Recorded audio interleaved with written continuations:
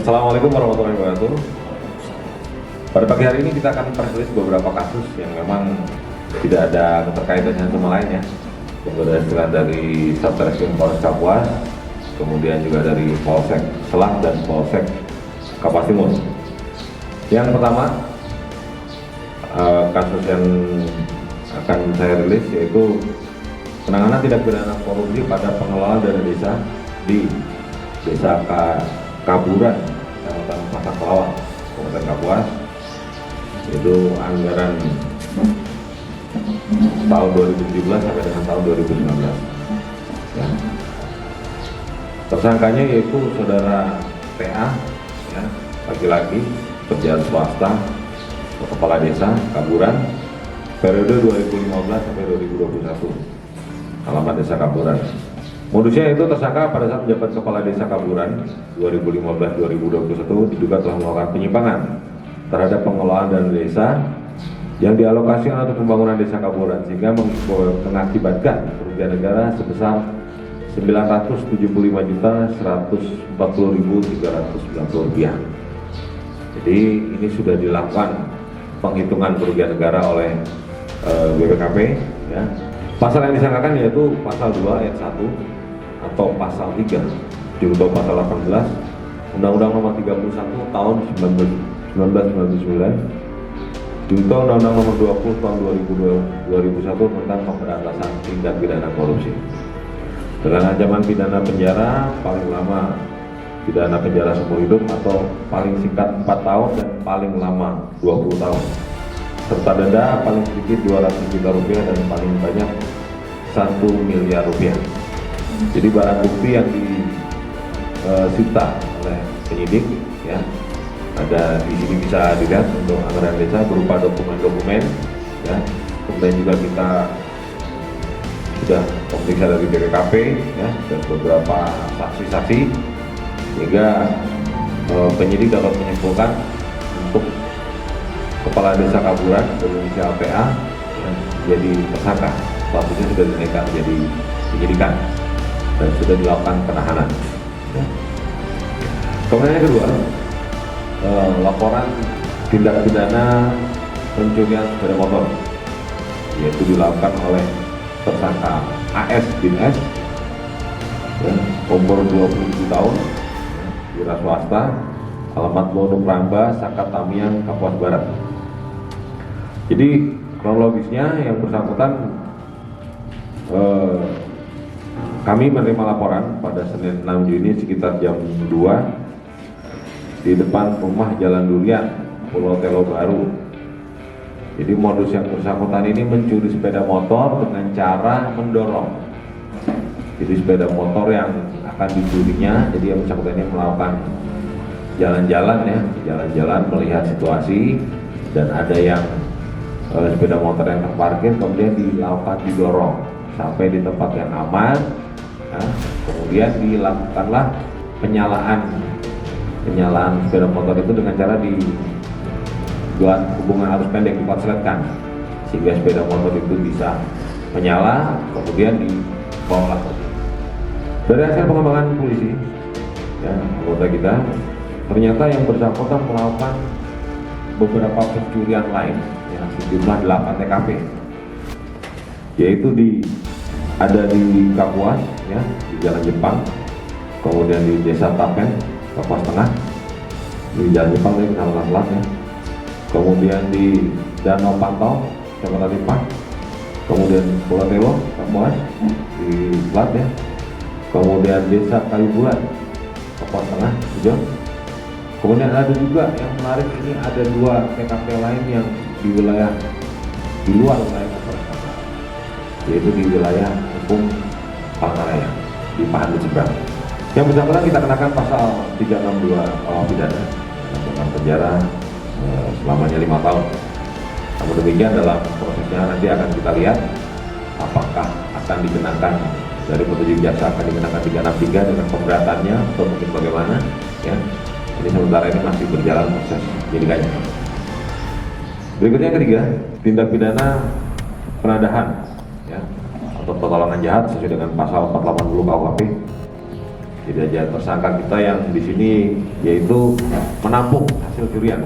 Tersangkanya S bin J, kelahiran tahun 1990, 32 tahun ya. Alamat Rono Kelamba, Desa Sangkatamiang, Papua Barat. Yang bersangkutan adalah menadah barang curian, ya, ada barang curian yang dilakukan oleh tadi tersangka sebelumnya. Untuk ancaman hukuman yang bersangkutan kita kenakan 480 KUH pidana selama-lamanya 4 tahun. Jadi barang buktinya tadi selain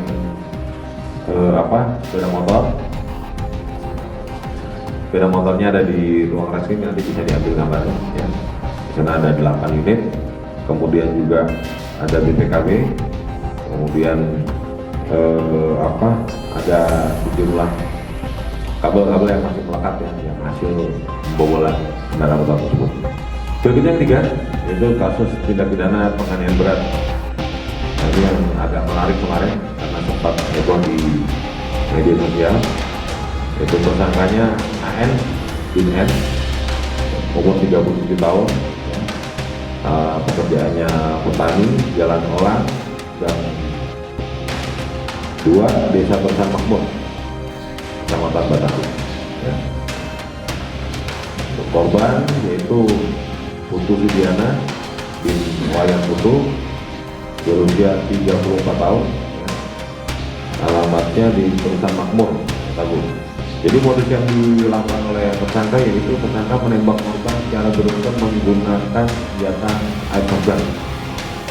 Juga korban mengalami 4 luka tembak di bagian kepala, 1 luka tembak mata sebelah kiri, 1 luka tembak di pelipis mata sebelah kanan, dan 1 luka tembak di kaki sebelah kanan. Akibat dari kejadian tersebut, korban mengalami luka dan yang fatal, yang 1 proyektil peluru yang mengenai mata sebelah kiri, mengenai retina mata korban, sehingga yang bersangkutan mengalami kebutaan. Barang bukti yang kita sita yaitu 1 pucuk senjata airsoft gun disita dari tersangka, kemudian 6 butir peluru yang terbuat dari baterai, kemudian 1 lembar baju kaos yang disita dari korban. Motif tersangka melakukan penembakan kepada korban yaitu diduga ada sakit hati dan dendam terhadap korban. Karena korban ini diduga pernah ada hubungan khusus, ya, hubungan diduga selingkuh dengan menjalin hubungan dengan istri dari tersangka ini.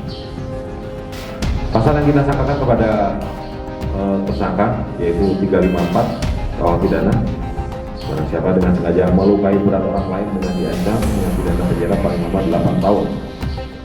Kita juntuhkan pasal 353 yaitu penganiayaan yang direncanakan. Jadi yang bersangkutan sudah merencanakan penganiayaan tersebut. Terbukti dengan dia sudah menyiapkan senjata yang akan digunakan untuk melukai korban. Sampai saat ini untuk korban masih dalam perawatan, ya, masih dalam perawatan di rumah sakit. Ya. Nah, memang kemarin lukanya cukup berat, walaupun itu pistol air shotgun, demikian juga ditembak dari jarak dekat, ya, jaraknya misalkan sekitar jarak 1 meteran saja. Jadi lukanya cukup parah, terutama jika mengenai organ kaca indera. Jadi yang bersangkutan korban kedepannya ini hanya 1 mata saja yang sebelah kanan, yang kiri sebelah kanan. Dari hasil pemeriksaan pun kita dari ronsen itu kelihatan ada titik-titik yang pada saat sebelum dikeluarkan ke polisi. Berikutnya kejadian yang keempat yaitu tindak pidana dengan sengaja menyebabkan kebakaran, ya, atau menjadikan letusan. Jadi pasal yang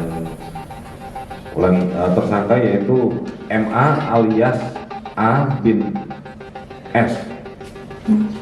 Jadi ini cukup menarik karena tersangka dalam perkara ini masih berusia anak-anak yang 14 tahun, tidak bekerja, ya.